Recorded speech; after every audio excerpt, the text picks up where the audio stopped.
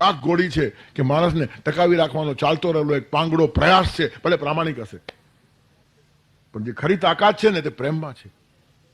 ત્યારે કિડની ખલાસ થયા પછી ડાયાલિસિસ જોઈએ, તેમ પ્રેમ ખલાસ થયા પછી જાત કર્ણ પણ બંધાઈ ગયેલો હતો, આવી ઉપકાર નીચે આવી ગયેલો. જે કાળે મને સૂતપુત્ર કહીને બધા કાઢી મૂકતા હતા, તે વખતે મને અંગ દેશનો રાજા બનાવીને આ માણસે મને પ્રતિષ્ઠા આપી છે. મૈત્રીનું મૂલ્ય બહુ શ્રેષ્ઠ છે. પણ કૃષ્ણના બધા કોષ્ટક જ જુદા છે. વિવેક એ સર્વોપરી છે, વિવેકથી ઉપર કોઈ નથી. માતૃદેવો ભવ પિતૃદેવો ભવ આપણે કહીએ છીએ, પણ એની પણ ઘણી બધી મર્યાદાઓ છે. ખોટી આજ્ઞા માની પણ ન માનો એમ કહેવાની તાકાત ભારતમાં છે. ગેર રસ્તે બાપ ગયો હોય તો દીકરો એ રસ્તે જવા માટે બંધાયેલો નથી. આટલી સ્પષ્ટતા હોવી જોઈએ. આંખ મીચીને માતૃદેવો ભવ પિતૃદેવો ભવ નહીં. માનું સન્માન જાળવો, બાપનું ગૌરવ કરો, તમારા કર્તવ્યનું પાલન કરો, પણ તમારા જીવન પથમાંથી ચ્યુત કરનારની એક પણ આજ્ઞા એ લોકોની મનાય નહીં. એનું કારણ જન્મ જન્માંતરમાં આપણા હજારો મા બાપ થયા છે અને હજારો થવાના છે. કોઈ જ મા બાપને પથચ્યુત આપણને કરવાનો અધિકાર નથી. તો પછી મિત્ર બધા ખોટા રસ્તે ગયા હશે તો એને સાથ આપવા માટે આપણે બંધાયેલા નથી. આ કૃષ્ણનું એથિક્સ છે. કૈકેયીએ ભરતને માટે રાજ્ય માગ્યું, રામને વનવાસ આપ્યો. ભરતે રાજ્ય સ્વીકાર્યું નથી. ઉલટાનું ભરત કે છે, મા તે મને આટલો હલકો માન્યો? તને એમ લાગ્યું કે આવું રાજ્ય હું સ્વીકારીશ? કેટલું ભયંકર તે પાપ કર્યું છે. અરે મમ માતુશ્ચ મધ્યસ્થા તમને શોભશે ગંગા યમુનોર મધ્યે કુનદીવ પ્રવેશિતા. કેટલી ઉન્નત મારી માતાઓ છે, કૌશલ્યા અને સુમિત્રા. આ બંને પવિત્ર માતાઓની વચ્ચે તારા જેવી કુનદી ગટર ક્યાંથી ઘૂસી ગઈ ખબર નથી પડતી.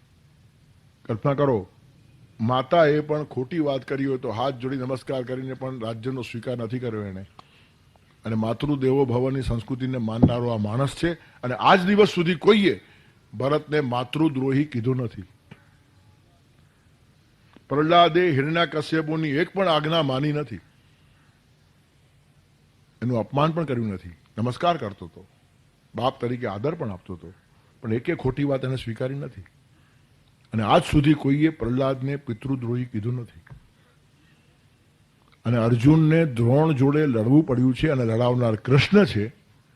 પણ કૃષ્ણ કે અર્જુનને આજ દિવસ સુધી કોઈએ ગુરુદ્રોહી કીધું નથી. તેથી માતૃદેવો ભવ પિતૃદેવો ભવ આચાર્ય દેવો ભવ એનું સન્માન કરો, એનો આદર જાળવો. પણ તમારા જીવનના લક્ષ્ય અને ધ્યેયથી પથચ્યુત કરનારી એમની એક પણ આજ્ઞા ન માનવી જોઈએ, આમ કહેનાર આપણું શાસ્ત્ર છે. આ કૃષ્ણનું એથિક્સ છે અને એ જ ચિરંતન છે. એ તો રોજ માણસો ગૂંચવાયા કરશે. ઘરની અંદર આ ગૂંચવાડાઓ છે. મને આ બિલકુલ ગમતું નથી, એમાં મારું પતન છે, પણ હવે મારી માં કે છે, માનું ન મનાય, ખોટી વાતો ન મનાય.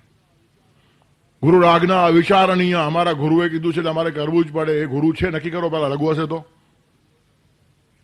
ગુરુ હોય તો હલકી આજ્ઞાઓ કરે જ નહીં, અને હલકી આજ્ઞા કરે ગુરુ હોય જ નહીં.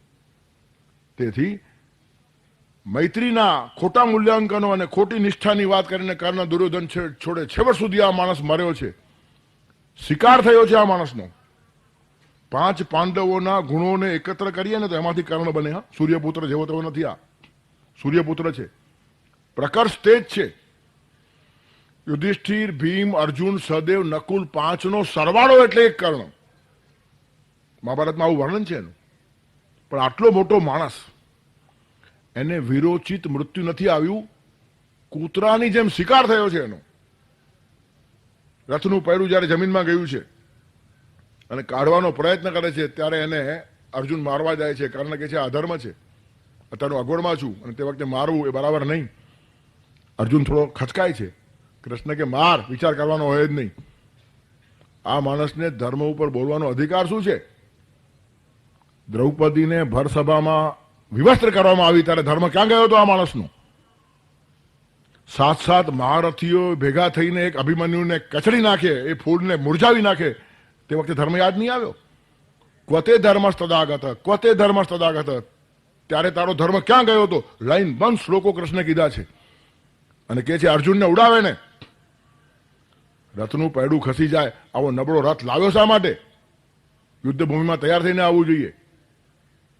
નાના છોકરાઓ રમતા હોય ને, એક ભાગે ને બીજો પકડવા જાય. અને ભાગનારો થાકી જાય પછી આમ કંઈ થૂક લગાડે, ટાઈમ પ્લીઝ, આવું યુદ્ધમાં ચાલે? ત્યાં 42 રમતો છે અહીંયા. તેથી માર શિકાર કરે એનો.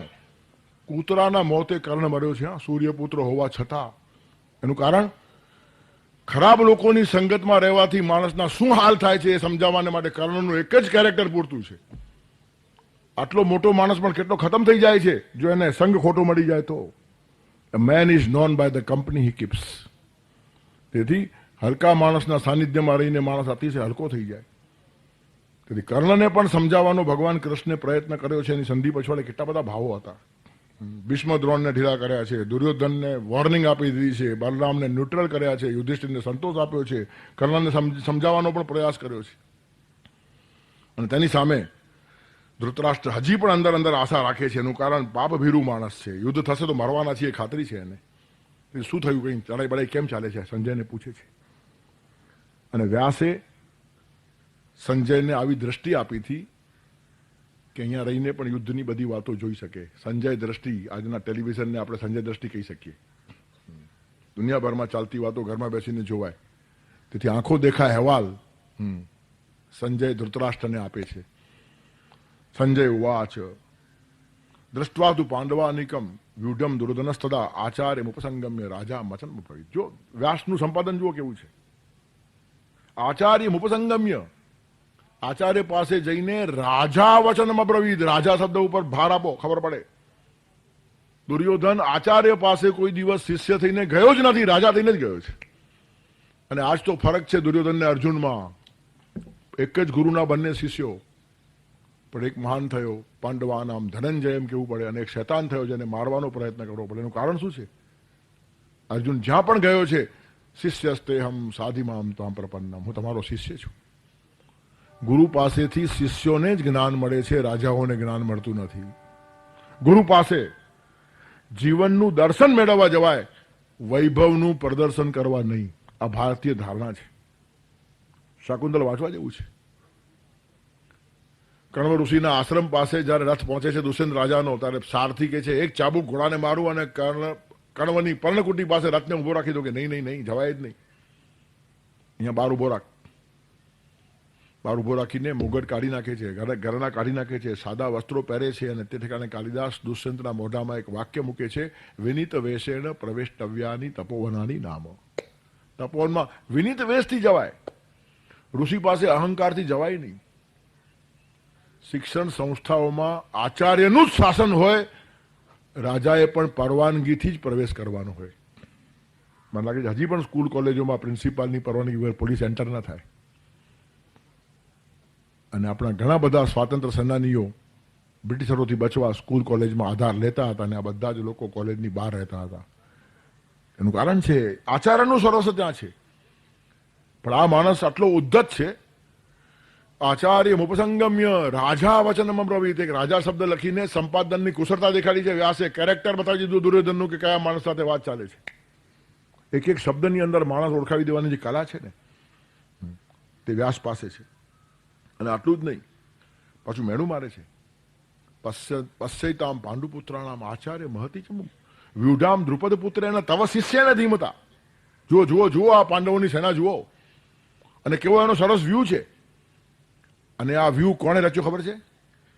તવ શિષ્યને ધીમતા, તમારો ડાયો શિષ્ય જેને બહુ હોશિયાર થઈને ભણાવ્યો હતો. એટલે આવા માણસને ભણાવવું નહીં જોઈએ તમારે, એમ દુર્યોધનને કેવું છે. પાંડવોનો સેનાપતિ હતો ધૃષ્ટદ્યુમ્ન. અર્જુન સેનાપતિ નહીં હતો, બહુ ઓછા લોકોને ખબર હોય છે. પાંડવોનો સેનાપતિ ધૃષ્ટદ્યુમ્ન છે. એમાં સાયકોલોજી છે. દ્રૌપદીનો ભાઈ થાય, અને દ્રૌપદીનું જે અપમાન થયું છે એનો ડંખ જેટલો એના ભાઈના દિલમાં હોય ને દુનિયામાં ક્યાંય ન હોય.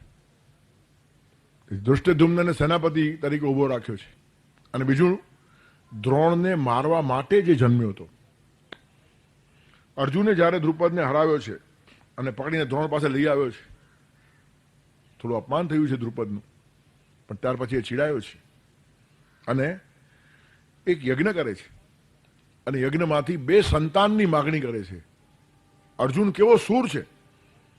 એકલો આવીને સસૈન્ય મને હરાવ્યો અને પકડીને દ્રોણના ચરણમાં ફેંકી દીધો. આવો વીર માણસ છે, તો એને પરણે આવી એકાદ છોકરી મને હોવી જોઈએ. ગુરુ પૂજક હતો.